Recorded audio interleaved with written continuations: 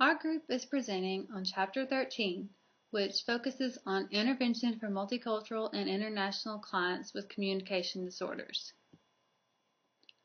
Due to the ever-increasing diversity in the U.S. because of immigration, SLPs and audiologists must be trained to be culturally competent to treat clients from a variety of backgrounds and ethnicities.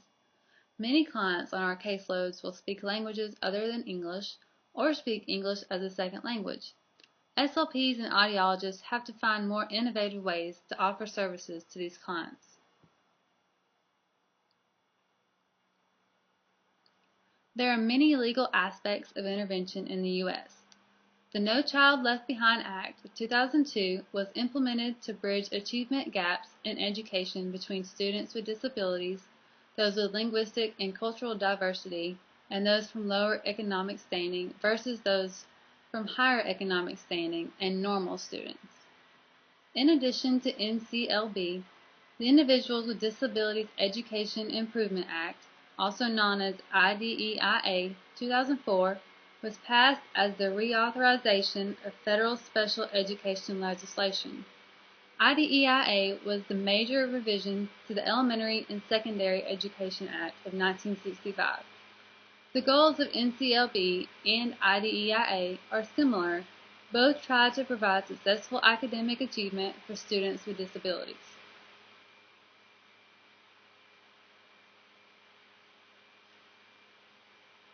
IDEIA mandated the use of evidence-based strategies to address concerns associated with the over-identification of culturally and linguistically diverse students, students from low-income families, and students in certain disability categories. Those often over-identified are African Americans, Latinos, Indian Native Americans, low-income families, and those learning English as a second language.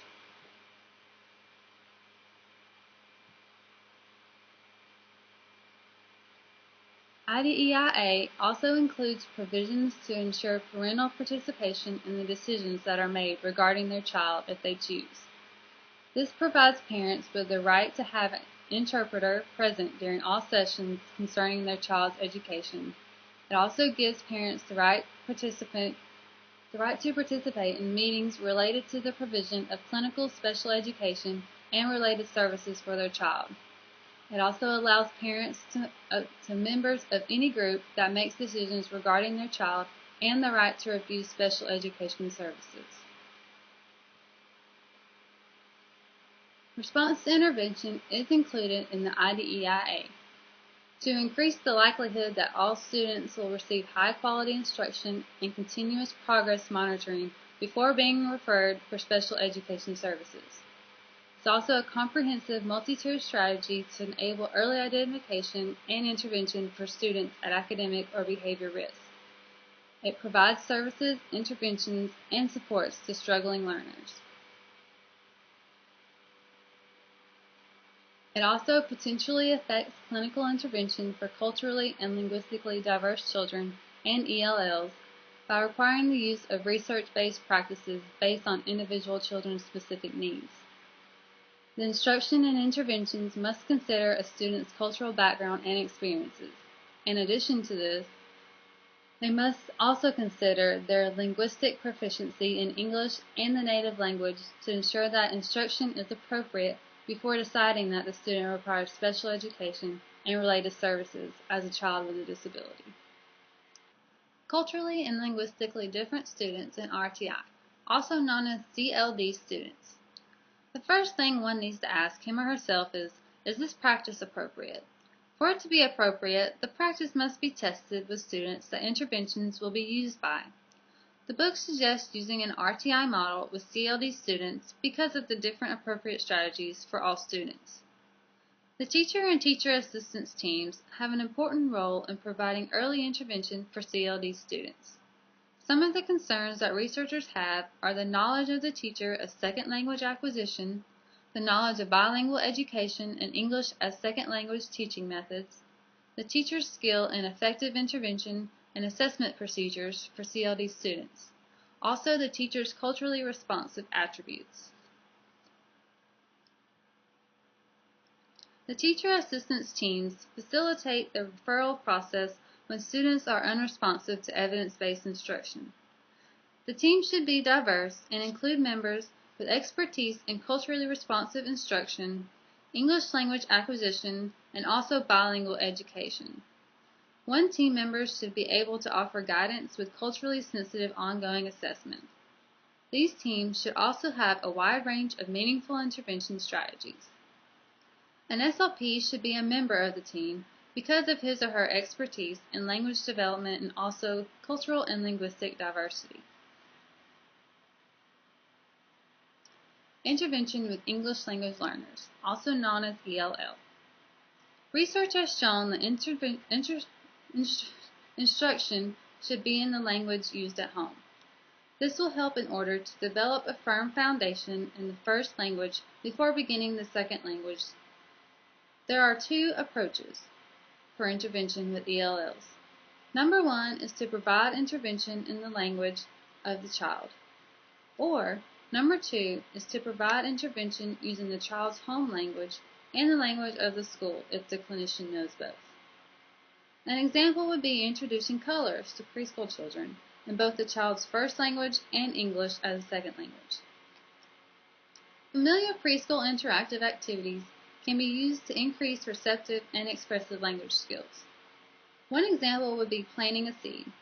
The goal will be to target words like dirt and seed. While doing this, the child's culture should always be taken into consideration. At the bottom of the slide, I have found a video of an example of this kind of intervention. Language survival skills for older English language learners. Language survival skills should be an immediate intervention goal for older ELLs and CLD students. These skills should be taught at kindergarten, grade school, and high school ages. In kindergarten, a child should be able to give their personal information such as their full name, address, phone number, and their parents' names. For grade school, the skills should be time concepts, money, and survival safety, while middle and high schoolers should have vocational skills and goals. For these students, job advertisements, applications, and interviews should be incorporated into their therapy sessions. A few topics that should be covered with children from diverse cultures are eye contact, gestures, and facial expressions. Some suggestions for providing intervention services to CLD children are to speak slowly. Give the student time to understand the process in the information. Use frequent pauses. Do this between words, phrases, and sentences. Give examples. Use gestures or pictures to facilitate comprehension. Avoid using slang. When it's unavoidable, explain them to the child. And lastly, use short and simple sentences. Culturally diverse families and early intervention. The purpose of early intervention is to lessen the effects of the disability or delay. A major goal of this is to make sure families receive resources and support to assist them in helping their child's development, while respecting the diversity of the families. The primary focus of intervention is to involve the family. There's something called a family system model. This relies on the education and empowerment of parents and caregivers to use strategies to improve their children's communication. Some families from diverse cultural backgrounds and lower socioeconomic levels are less pleased with early intervention services than their white families and families of higher socioeconomic levels. Also, some parents from different cultures view parental involvement and intervention differently from what some professionals may expect. The National Association for the Education of Young Children developed initial concepts for working with families of young children.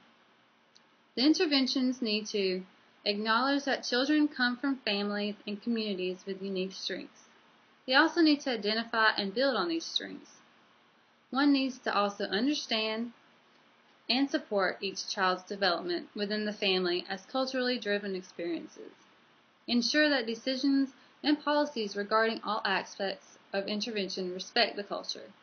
And lastly, recognize that the family is the expert in the home. Literary intervention is to increase phonological awareness, through reading, writing, and spelling ability. The closeness of phonologies of language 1 and language 2, it has a positive impact when the child is able to transfer skills from the first language to the second language. Dr. Jim Cummins done research on developing of literacy in the second language learning. He found out that the child that indigenous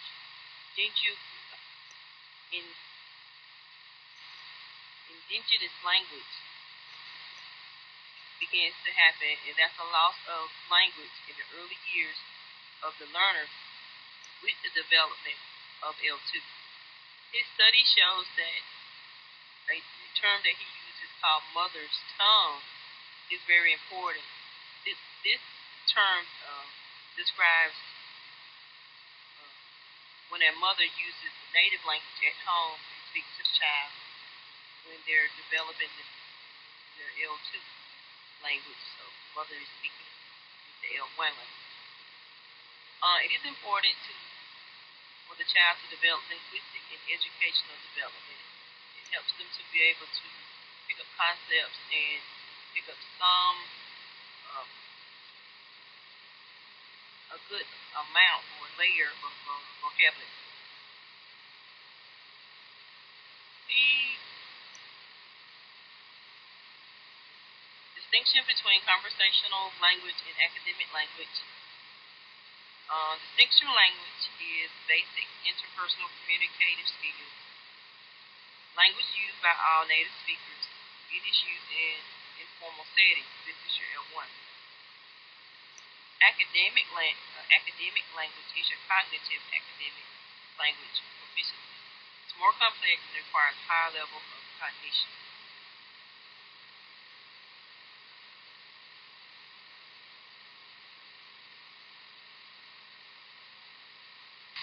Literacy intervention continues on this slide. With your L1, it needs to be strong fundamentally because it helps to govern the morphology of the L2. It also helps for the language to be. It also helps for the language to be reached in the home setting, in the instructional setting, and when intervention is applied to the child's language. Direct intervention. It helps to promote phonological awareness, letter recognition, letter sound, relationship, and vocabulary development.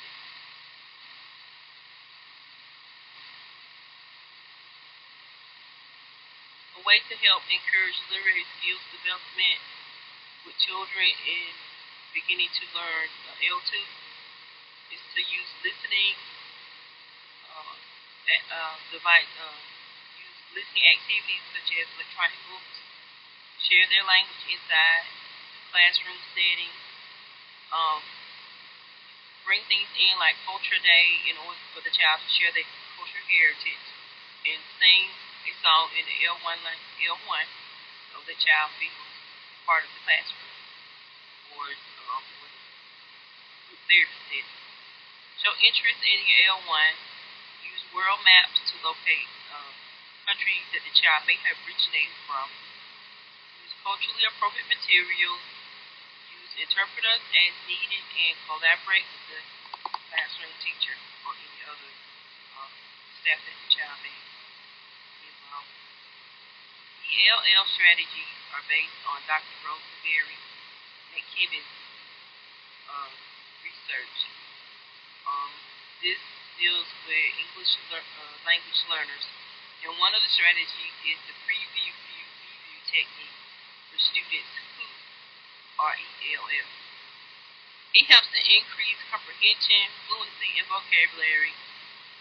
It teaches the child to preview a book. Basically, they take a book, they look at the title, look at the table of contents, they look at the graphic information, and they try to get context clues to what's happening in this book so that if they have any concerns, they have time, opportunity to get further explanation of what they need to know from the text.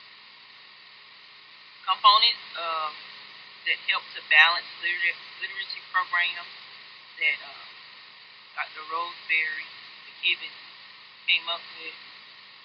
Some of the ideas are reading aloud, having shared reading time where a peer may read to another peer, guided reading where a teacher or a speech therapy may sit with a child and help them to sound out words in reading text and books.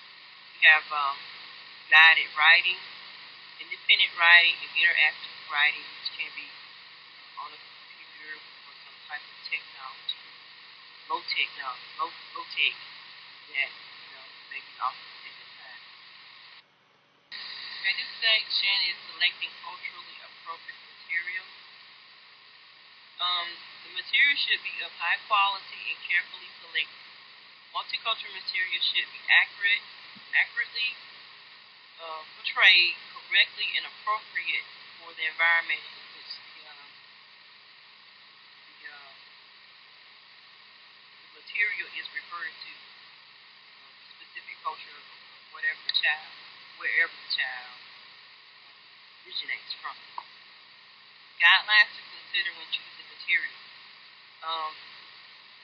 The material should be accuracy to detail of the culture. It should not give any false information about the culture. The information should be very closely related to that culture. It should respect the language, the appearance, and the stereotypes of that culture. The book or material should have a purpose when using it, so that the child does get the understanding of why it's important. The material should have a high quality, well written, well understood. The language should be current or age appropriate as well. Settings and illustrations should be as accurate as they can be to give the child a feeling of being comfortable in the environment that they are in and where they're learning at the time. Author present authenticity. The author should have some knowledge, some research or some facts that backs up the material that has been written and being used or being presented at the time.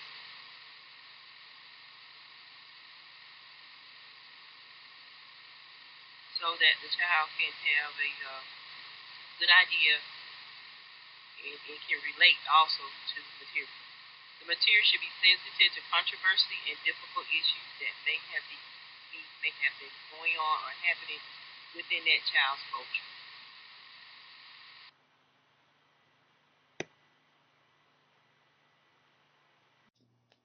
Creating culturally appropriate environments. A warm and welcoming environment that is inviting to all clients is important when serving clients of various cultures. An environment should reflect the clients being served. You can do this through using bulletin boards with newspaper articles, events or famous figures on them from culturally diverse backgrounds. Brochures are also a good way to reach your clients culturally. When using these types of visual aids, it's important to include people with a range of body types and abilities doing lots of different activities. Welcome signs are also a good way. They can be displayed in different languages so that everyone entering can be comfortable and know what to do next. The use of language with the client when instructing. This is important to remember when working with children. You might need to learn a few phrases from the client's first language and remember that when instructing children to use the language that is used in the home. Use language appropriate for clinical settings. This includes staying gender neutral with words such as parent or caregiver versus using the words mother or father. The materials you use should represent various cultures. Make sure you have culturally diverse materials available in the waiting room as well as in the therapy session. This includes dolls, books, toys, musical instruments, Be cautious of decorating for religious holidays, as some of your clients might not celebrate those holidays and could take offense to them. Marking your calendars with special events or holidays from different cultures is another good way to create a culturally appropriate environment. For example, Black History Month. And waiting room rules. Music in the waiting room should be culturally neutral, as well as spacing in the waiting room should be appropriate and allow for clients to bring multiple people with them. Cultural interventions with diverse religions. Religion influences all aspects of life. Islam is just one religion that was touched on in chapter 13. It was founded in the 17th century. Those who practice religion of Islam are called Muslims. There are 1.5 billion Muslims in the world, and anywhere from between 2 to 10 million in the United States. It's the fastest growing religion in the United States due to immigration and the conversion of African Americans. Most are from the Middle East or North Africa, India, Saudi Arabia, Pakistan, Malaysia, and Indonesia. The followers of Islam believe that God gave his revelation to the Prophet Muhammad, and Muhammad compiled this revelation in the Quran, which is the holy book of Islam. Muslims follow a lunar calendar, which is based on the phases of the moon. Their new year occurs on the second full moon after the winter solstice, anywhere between January and March. Ramadan is a month of fasting. It is determined by the lunar calendar and starts on a different day each year. During this time, no food or drink can be consumed from sunup to sunset. And this link is a video of a TLC show called All American Muslims. If you watch the first minute and 20 seconds, you can see that practicing Muslims are just like anybody else. They coach football, listen to country music, and serve on the local police force. Serving Muslim clients. No pork or food product containing pork should be used in clinical activities. This includes stories like the Three Little Pigs and Charlotte's Web should be avoided. Ramadan recognition.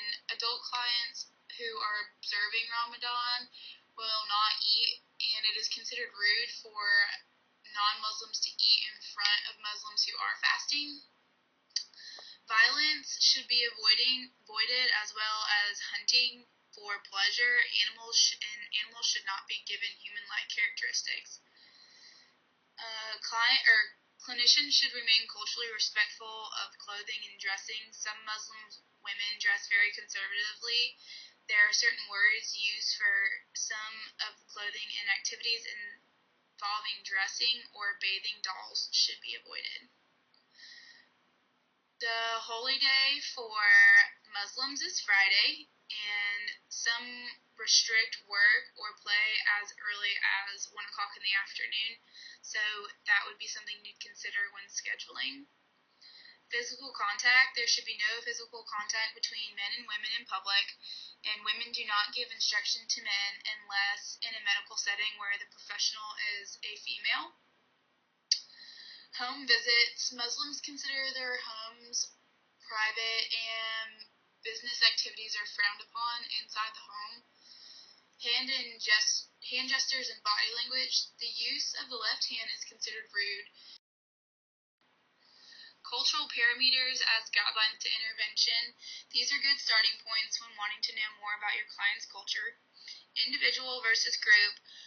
Are decisions made as a family unit or group, or just by one individual?